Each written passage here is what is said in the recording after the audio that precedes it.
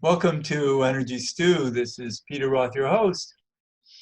And I'd like to ask you, where do you get your deep information from about life? Where do you learn about life? From books? From your higher mind? Maybe from the higher mind of others? What if it's the higher mind of the animal kingdom outside of humans? Well, there are people who do that regularly. And we have an author who's been on the show before. The title of her book is We Walk Beside You, because she talks to those who walk beside us, and she speaks with animals. Sandra Mendelson, welcome to Energy Stew. Thank you. Good to see you again, Peter. You know, I'm always excited to talk with you because the wisdom that you bring forth from these beings that communicate with you is really profound. And we're going to talk about aging in this show. What are these different species of animals offering us about how they deal with aging? And you've been receiving information from a lot of different species about aging and have kind of brought it down to about 7 different understandings. So that's really good. But in the meantime, before we do that, I just want to kind of check in with you just about the process of what, what your life is like, because most people can't live the way you do. And people would say, well, it might drive me nuts to hear from all the squirrels outside my window and the birds flying by and whatever dogs are walking by, or if I go to a horse farm or something like that, is there competition among all the horses to talk with you? And I understand that, it's not, you're handling it very well. So is it that you're reaching out, or you have an intention of particular animals needing to reach you, or some reach you anyway and then you ask them to identify themselves? I am so glad you brought this up, because people think that if you're an animal communicator, you're walking through the world like Eddie Murphy in the revision of Dr. Dolittle, and you can't shut it off. It's not like that at all. You might say it's a collaboration.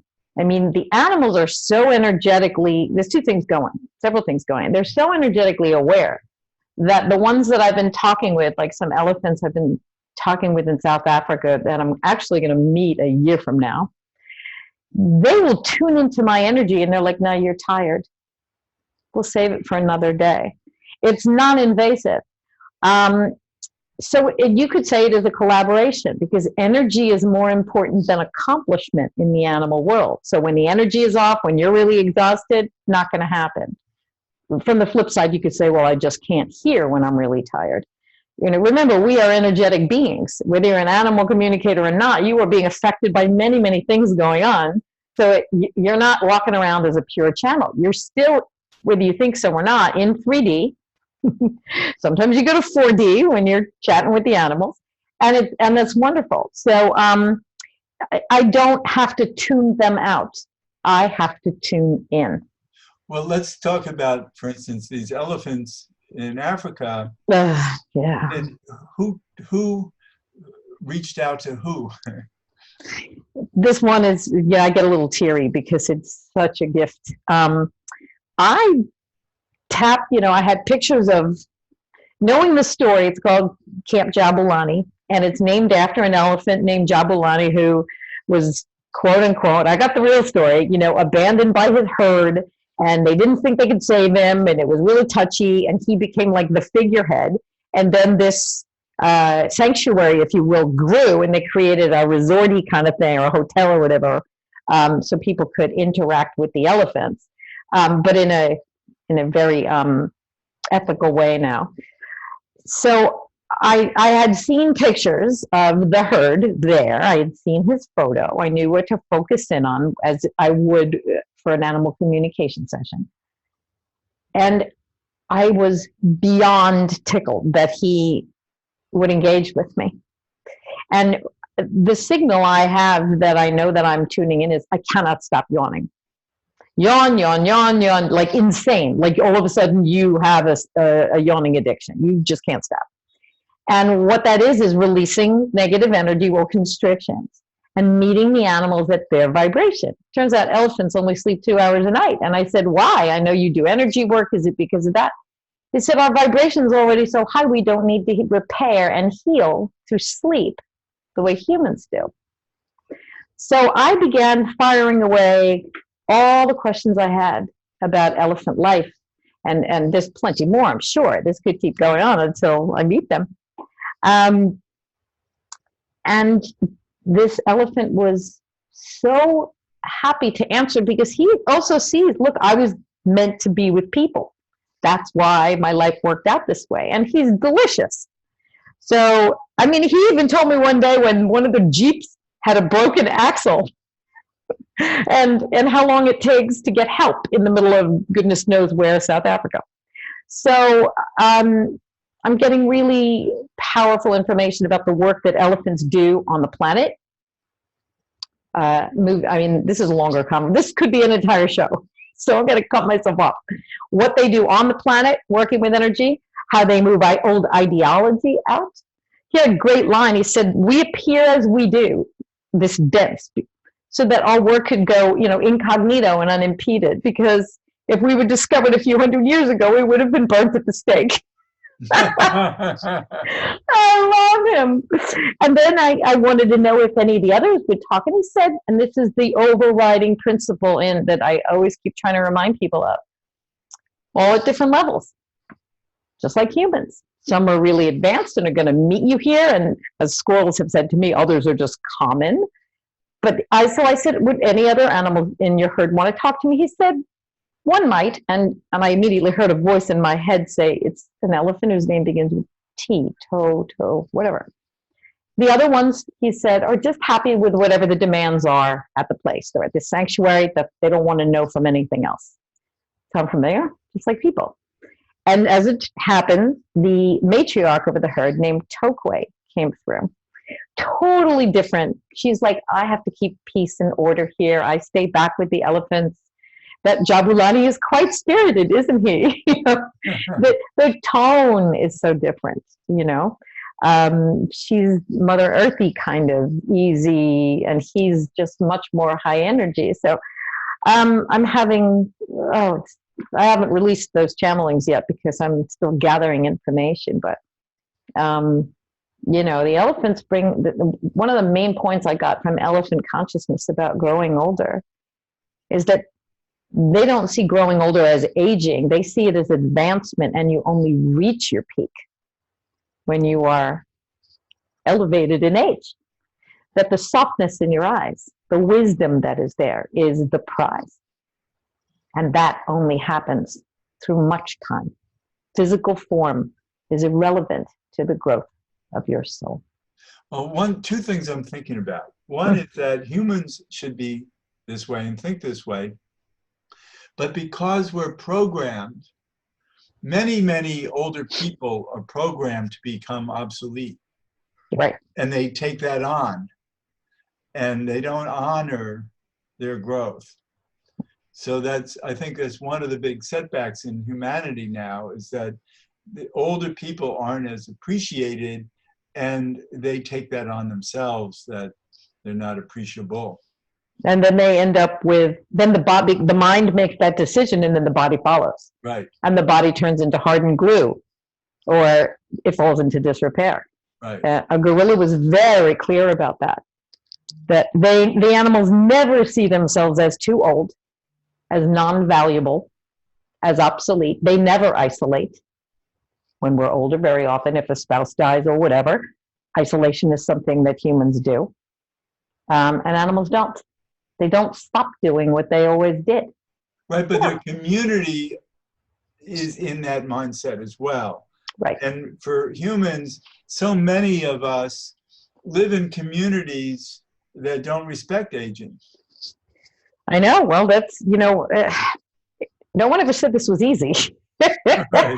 I mean, think about this one thing, and women get this perhaps more than men. Imagine spending your entire life never once looking in the mirror, never watching your face change and the shape and the spots and the wrinkles and the nose get bigger. Never seeing that. It doesn't exist. So they are focused on their own impact, on their interactions, on how their thoughts and intentions and actions move through the web and affect others. Right, not on their reflection. Bingo. Yeah. That one thing alone, if we burned every mirror, I can't even imagine. It's really, they have a lot of compassion for us because it is so difficult, quote, because it's complicated and you have to live in your head and have your senses dumbed down. Yeah. That's what a skunk said, yeah. But one thing I remind people a lot is that the eyes we look through are the same eyes that we looked through 40, 50, 60 years ago, depending on how old we are, that haven't changed. When I look out through my body into the world, I'm seeing reality the same as I saw it. Maybe my mind is different about it, but my eyes are the same. And that, I think, is something we can all honor, that we haven't grown older in our vision. Maybe actually, the animals put it a little bit differently, that now there's more wisdom back in here. So maybe we look through the same eyes, but we now know what's important and what isn't. Right, no, I understand that. I'm just saying it's still the same eye. Absolutely. And even if our vision isn't as clear, it's still the same being seen out from our body. And we should honor that and enjoy it. Because I look at myself at my senior age and I say, oh, these eyes, I could just as well be 18 again, looking out at the world, because I'm that same person. There you go. It's the same eyes looking out than when I was 18. So I love that, and it makes me feel a lot younger. So let's talk about some of the other insights that other species have given you. We have many. Okay, now these are in no order of importance. And I couldn't possibly get them all here, or you and I would be talking for 4 hours. But here are a few. And I'm going to start with this one because we touched on it already. Choose your beliefs on a daily basis. And your brain and your body will follow. Your illnesses, this is from the gorilla, that you associate with aging are illnesses of the mind. We cannot impress this upon you enough. Thoughts of self-limitation and being too old are toxic and crippling. We never think this way. Instead, focus on what each of you bring to the world and what beauty you can see within yourselves and others every day. Laziness and repetition are aging. Remember this, when you choose the activities that fill your soul, that fill your time, are they filling your soul? Because the more you give your soul the reins to direct your life, the more you're going to be renewed. So it means, in fact, that maybe the overlying message for all of these insights, there's much more going on inside now, much more selective attention, much more thought selection, much more awareness, much more listening. This should be the focus. Otherwise, we're just on autopilot and we're going to be promoting and living out all of the misprogramming that just gets older and older and older. So this is the time in our life to really choose where we go, what we do. Here's another one. I love this one. This is from two completely different species, from a cobra and a sheep. Dare to be yourself like never before. Speak your truth. Drop the veil. Taste the freedom of your own authenticity. Lay bare your face and your vulnerability and your needs. Stop pretending you don't have them, because you do, and we all do. Live from the inside out. You have nothing left to prove, as you thought you did when you were younger. Send a big hello to strangers. Try something just out of curiosity. Who cares about the outcome? So, daring to examine how we've been functioning and holding ourselves back. And, we're not even aware of it, right? Sharing that sunniness inside, doing something just because I've never done it before. Again, it requires a conscious action, right? Yes. And there's something kind of linked to that, because it's the sheep again. Got great stuff from the sheep, then found out from a goat that the sheep vent and complain a lot. I thought that was really funny, that the goats are about action and the sheep tend to vent and complain. However, love, go back like you were with a little kid when you were a little kid. This is yummy, have some, right? Go back to the sweetness of giving and receiving, just like kids do. So if you see yourself, and you've heard this before, with compassion and softness and appreciation, you're going to glow. If you don't stop that self-criticism, and it can be a full-time job to catch yourself in the, I'm being self-critical, you start to wither from that. And here's the line: find a way to show your love to any being, whether it's a human or a non-human or a plant, every single day, because failure to let the love out causes heart trouble. Who said that? The sheep. Uh-huh. Failure to let the love out causes heart trouble. And I was like, wow. And I think of all the people that are having heart attacks, and you wonder how had they shut down in an unaware, unintentional way. There was more love in there than what they let out. But while you're saying all this, I'm just thinking how much we miss when we look at sheep and don't get that there's a consciousness that's very wise inside. Again, the animals that step forward when I put a question out, of course they're going to be higher vibrational. They are going to be more evolved souls, because they stepped up to meet me and share these messages. Right. Not every other sheep have no idea. They're wherever they are. They're just going about their lives. But each species, including humans, have wise ones. Exactly. And also not only just wise ones, but those who can work with, let's call it the higher mind or the infinite mind. Right. And tap in. So that's why a lot of these animals, when they talk to you, they know so much about the world that we live in details that we think they shouldn't even know about. But they're tapping into, let's call it the universal computer that holds all the information of everything. Right. Or you could call it the field, like Lynn McTaggart calls it, right. Or the web of life, that the animals refer to it that way, that they can see it. All the animals can see it, but humans can't. We have to know it try to know it with our brain, and just believe that we are all energetically connected, even if you and I can't see those threads. Well, we're so dependent on our language and all the third-dimensional tools that we are able to create, whereas animals, they don't have resources the way we do, and yet they have very sophisticated communities that must be communicating at sophisticated levels that almost nobody understands. I'm glad you mentioned that, because I had a really funny conversation with a gorilla, because they're like, most of the time, they communicate mostly through the thought stream. Animals spend pay attention, right? Very little time vocalizing. They usually save that for emergencies and alerts and stuff like that.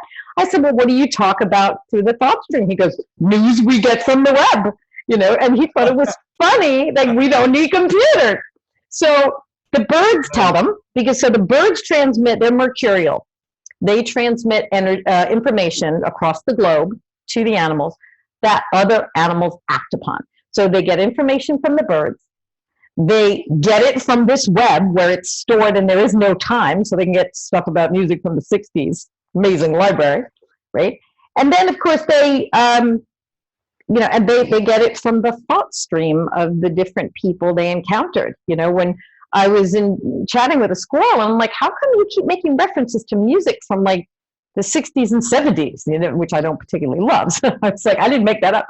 I said, don't you like popular music? He said, we don't hear it. Those ear things block us out. Did you ever think that your devices block us out? I thought that was pretty interesting. I don't understand what ear things? Earbuds. Oh, the earbuds that we're using, they can't hear. So. They can't tap into the whatever music in our minds, because we do a lot of singing in our heads that the animals get a kick out of. So, yeah, they do. Oh, right. So back to the web.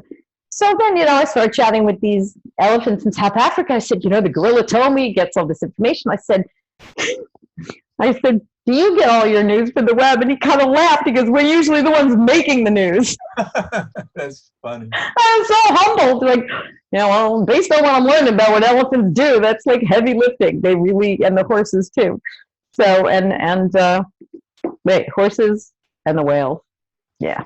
But one thing that I was thinking of while you were talking about how they get their information, I was thinking, because I think a lot back in time we had that tsunami in the Pacific, and the humans didn't know it was coming, but the animals all ran for cover. And a lot of us think, well, those animals, they're able to tune into nature in a way to know that danger is coming, and maybe a lot of them are. But we don't realize that the birds were informing them. And they feel it. They're very in touch with what goes. They can feel changes and purging and cleansing through their paws and their hooves. The lions have been very vocal that they could. What do you say to me? A lion said we could write books about what we feel through our paws, the cycles of Mother Earth. So they get it from multiple ways. We're stuck in this little mind, and they're hearing it from the birds. They're feeling it through their bodies. They're getting it through the web. They got lots of sources of information, and that's why they are not as shocked as we are. When they encounter another, they're not here. They're tuning into quality of energy field and scent and body and facial movements, right? So they're gleaning lots and lots of information while we humans are looking up in our brain for an answer. Right. Wow. Yeah. As they say, we're looking in the wrong place.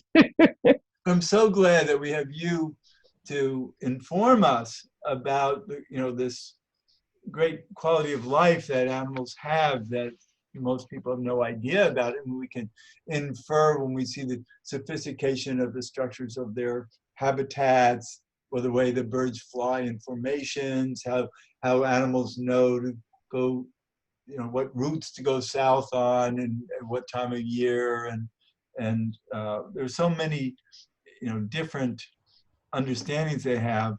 Mm-hmm. And even when animals are born, they pop out and they're already walking around.